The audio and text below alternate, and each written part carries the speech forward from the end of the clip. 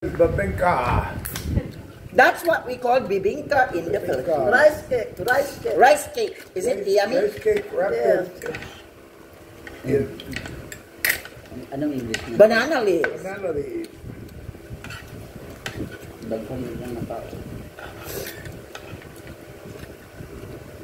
Lamie. Ame.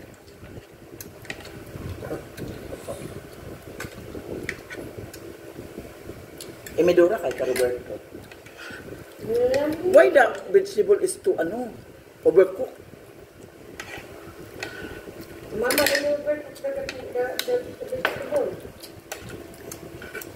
Lami ang taon. Lami siya. Kay kalit, nag-train ako kay Diwata.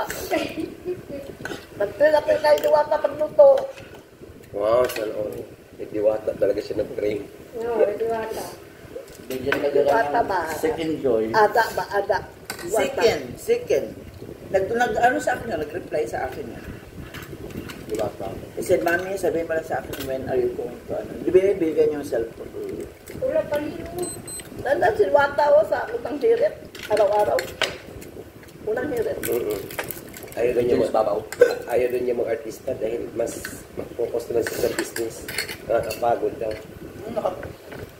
Kakapagod artista, no? Mag-invite ka namin. Kunti lang ang kita ka mo kaya hindi naman siya. Totoo.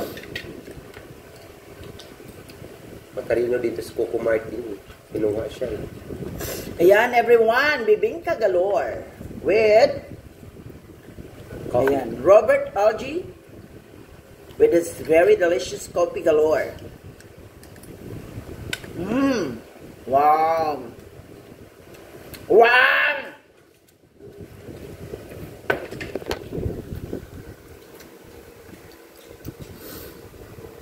Kasi thank you. Salamat po everyone. Amen.